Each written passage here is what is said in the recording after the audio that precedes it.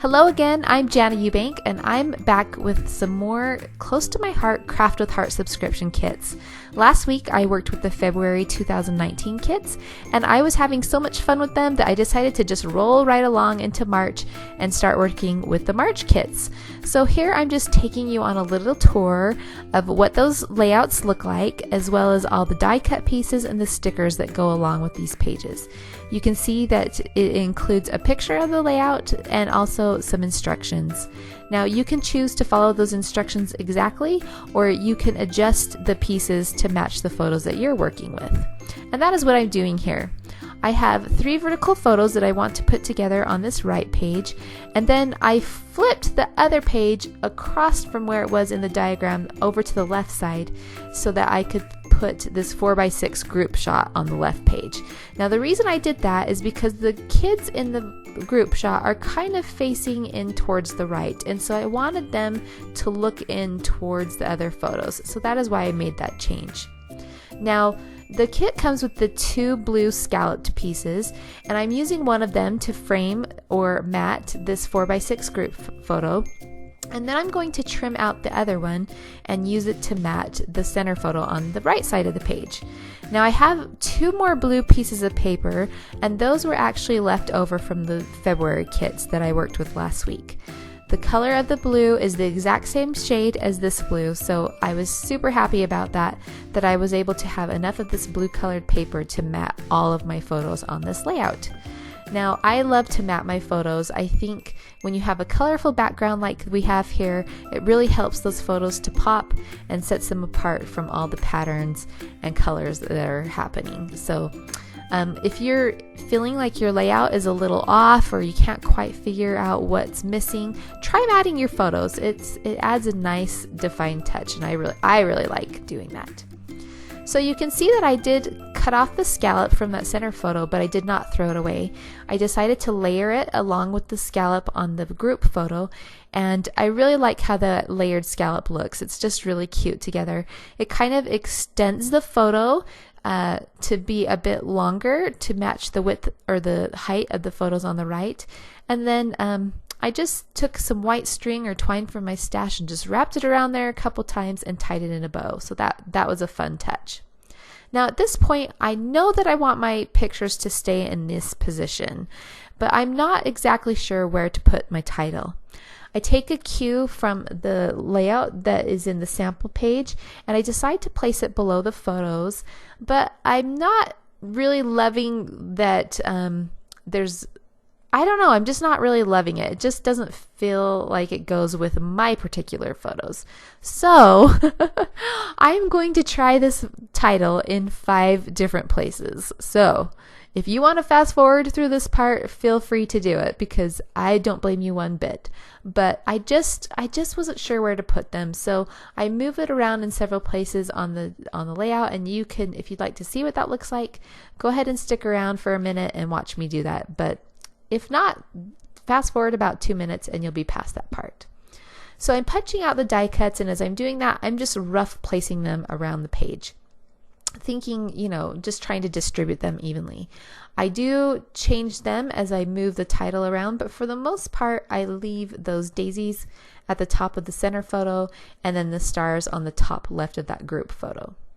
So here is position number 2 on this title. I decide, okay, maybe I'll put them all in a row along this grid border at the top of this page and move all the photos down. So that's what I'm attempting to do here. I take a look at it, and I just don't like how low the photos are. So I move everything back, take those tiles off, and then I'm going to try those tiles over to the left of the group photo. There's that big sunburst that's happening, and I thought that's quite a lot of empty space, so maybe if I put the title over there, that will feel better. I move that little "so much happy" quote below the photo along with the journaling block, and I like that little cluster. I end up leaving that there, as well as the daisies on top of that center photo.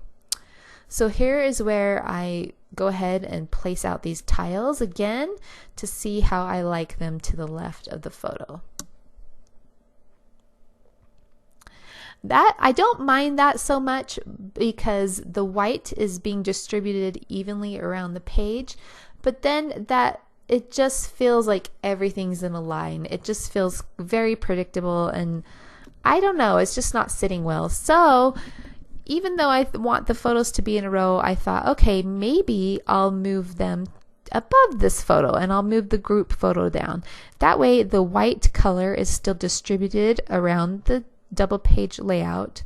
But I decide no, I really don't like that photo moved down with the scallops along the bottom of the group photo. It just feels funny to me.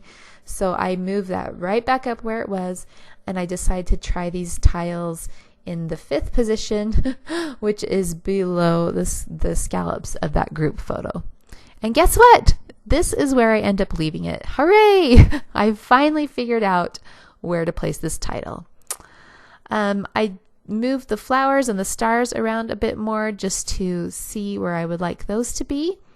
And then I start to get things adhered to the page. Now, I still don't like that empty space to the left of the group photo where the sunburst is, but I'm not quite sure what to do. So I decide to start with what I do know, and that is to get all of these things adhered into place where I have them now. I know that I like that. So while I'm gluing those down, I'm thinking about what can I do with that large sunburst on the left page. Now, to add a bit more interest to this page, I am using some thin foam squares to pop up that "so much happy" quote. And then I also use the foam on the flowers and the stars. That just gives some lifts and levels around the page, and I really like that. Foam squares are one of my very favorite things to use on a page.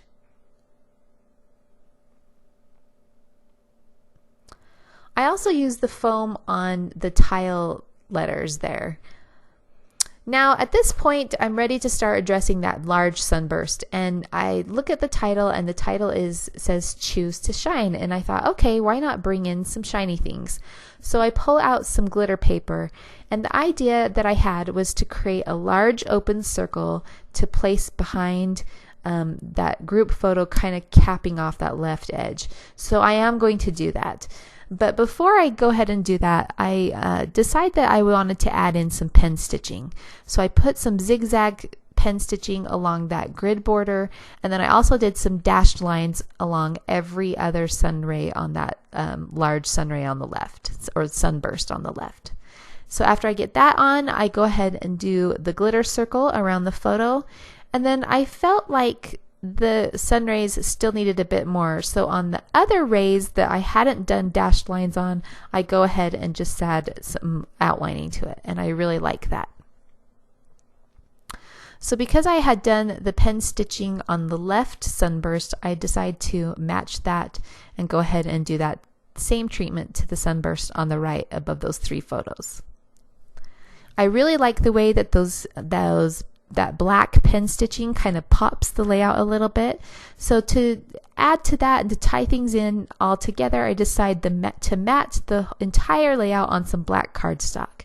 So I go ahead and trim off 1/8 of an inch around 3 sides of both pages, and then I mat those to the black cardstock.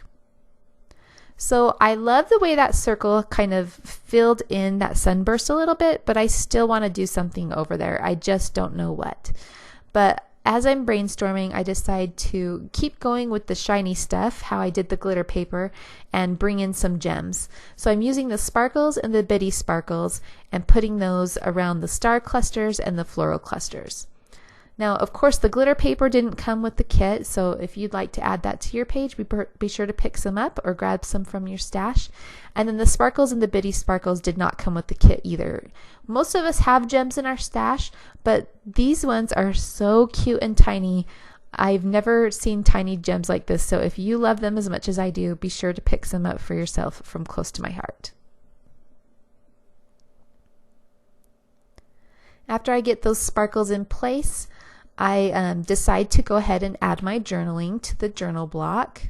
So you'll see me do that. And then I'm thinking about adding some more dimension. I want to add some dimension to those flowers. So I go ahead and grab some buttons from my stash. I tie them with a bit of twine and I put them on the flowers.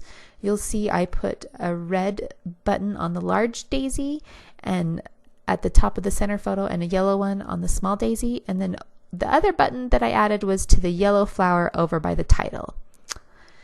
Now I had used all the components that were set aside for this 2-page layout, but I still wanted more, so I decided to grab the components that were meant for the second double-page layout in this kit. And I saw these clouds and thought, oh my gosh, that is the perfect thing to add to this corner. It distributes the white color over into that part of the page, so we've got it repeated in the clouds, the title, and the journaling block. That keeps your eye bouncing around the design. And then it just goes along with that sunburst, kind of the idea of a sun in the sky. So I keep going with the die cuts from that other layout, and I add the bird and a red heart to the top cloud. So we've got the red in the red buttons and the red heart distributed around the page, as well as that red label. And then I also punch out the heart shapes from that kit, and I use 2 of those to the right of the journaling block and then 2 of them above that center photo. And then that will complete this page. Again, this is the March 2019 Craft with Heart subscription kits by Close to My Heart. I'll be back again tomorrow with the second page from the March 2019 kits. Again, my name is Jana Eubank, and I hope to see you then. See you soon.